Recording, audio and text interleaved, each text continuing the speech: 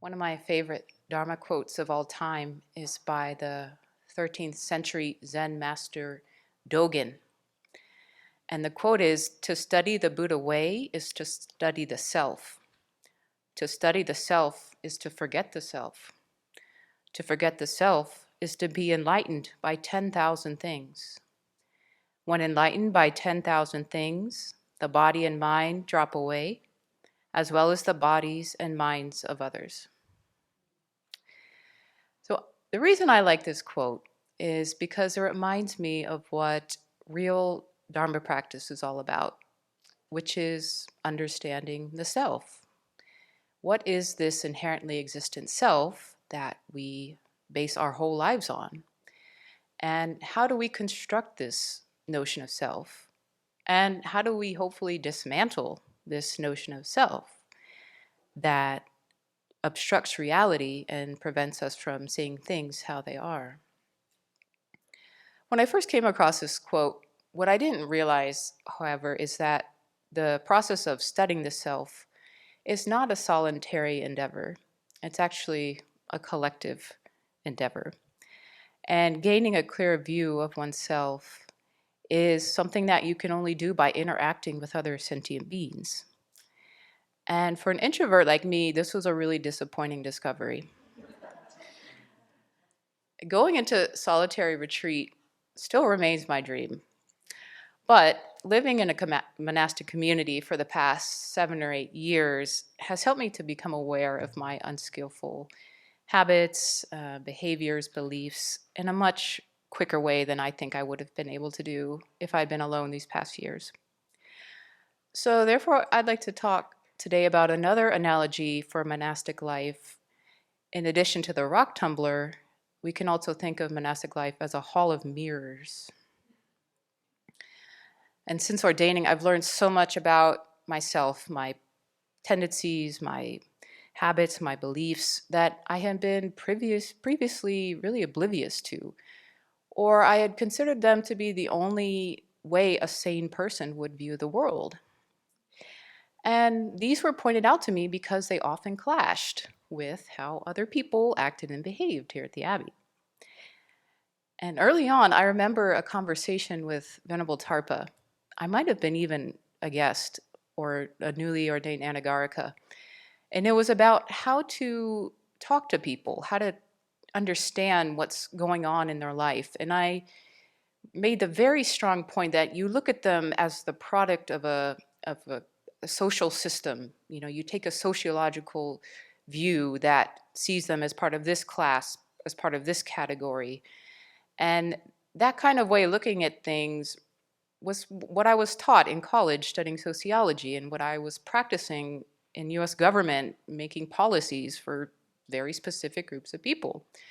But she helped me very kindly to see how that view of other people really restricts the particular circumstances, needs, and details that every sentient being presents. And to try to pay more attention to that and not see the world in terms of such grand and sweeping generalities. And there are countless other disagreements that I've had with people over the years about preferences, aesthetics, communication, comportment, priorities, and it goes on, and I've had no shortage of things to complain about. But in this process, thankfully, I've learned that other people aren't objectively stupid, and I'm not objectively wrong. It doesn't have to be one or the other. And what's actually happening is that my mind is putting inappropriate attention on small things and then blowing them up to be a huge deal that causes unnecessary suffering for myself and others. So waking up to my own preferences and biases, and especially my attachment to them, has been one way that living in monastic community is like a hall of mirrors.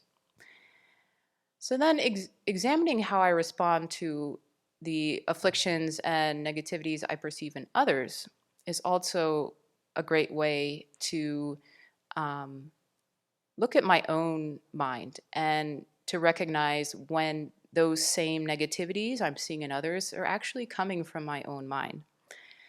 And I heard a quote, I think before I came to Buddhism, that what you dislike most in others is what you're unable to accept in yourself. And so I've long believed this was true, but living here in a community, this has become a living reality, and the process has not been painless, I will say. And this is particularly true with people around my own age. And there's one incident that I can think of that I think is perfect. And we were in the meditation hall. It was maybe early morning or late evening, and someone got up and turned off the lights.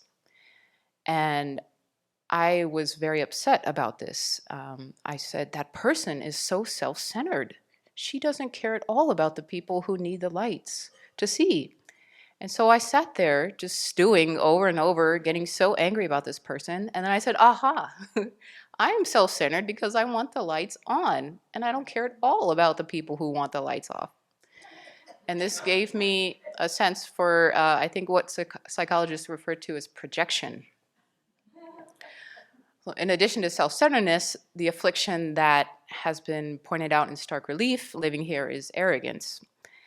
And I knew that I hated arrogant people before I came here, but I didn't know that I myself was actually one of the most arrogant people in the whole world.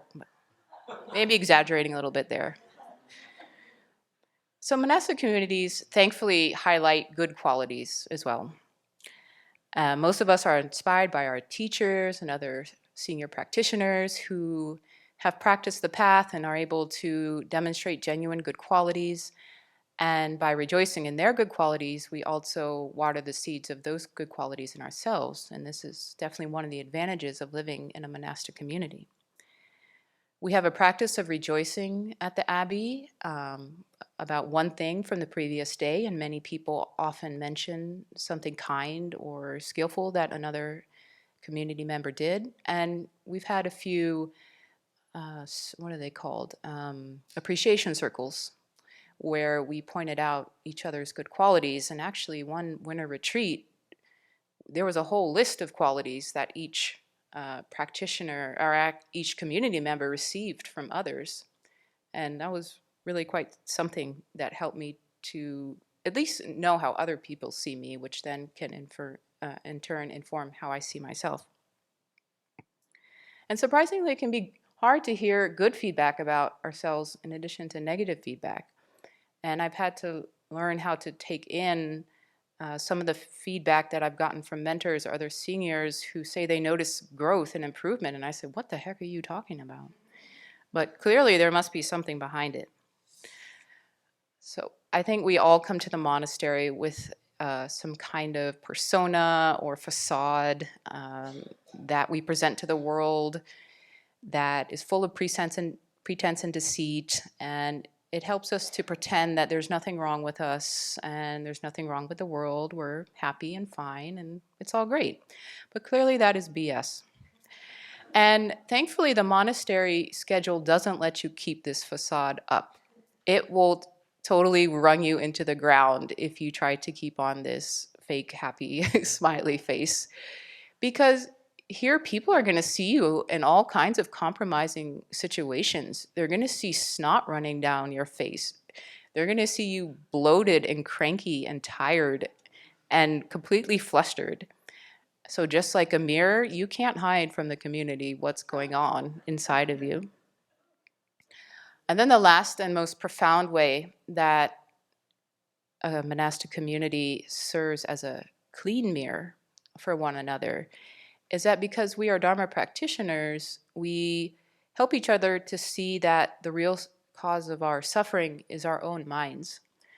Venerable Kadro asked one of her teachers, what is the Dharma, early on in her practice and study, and he responded, the Dharma is a mirror for the mind.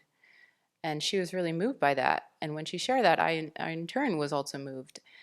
And so it reminded me how because each one of us try to root out the afflictions, we try to reduce our self-centeredness, we don't just enable each other's attachments and delusion and exacerbate each other's confusion and neuroses, we actually can provide sort of a clearer picture of how our own minds are really what's causing the problem. That's the real source of our suffering. I found myself thinking many times, wow, I live with such terrible people. And then thankfully the thought arises, wait a minute, you live with a bunch of monks and nuns. Or, did I say monks? Yeah. And if there's anything bad going on, it's probably coming from your mind. If you can't learn to like these people, oh my gosh, who are you going to learn? How are you going to learn to like anybody else? It doesn't get easier than this. So the truth is, we need each other as practitioners to learn and grow. We need others to point out our faults and to show us that their faults are also our own faults. We need to recognize the good and qualities in others and develop an appreciation for these good qualities within ourselves. And through conversation, we are able to fully flesh out our understanding of the Dharma, to clarify our views, to incorporate others' perspectives, and gain new insights. We see each other change, and we're inspired, and we see each other suffer, and we develop compassion. Living in a monastic community, we can't escape the fact that we're always influencing one another. So may we continue to reflect the goodness in each other and support one another in areas that we still need to grow.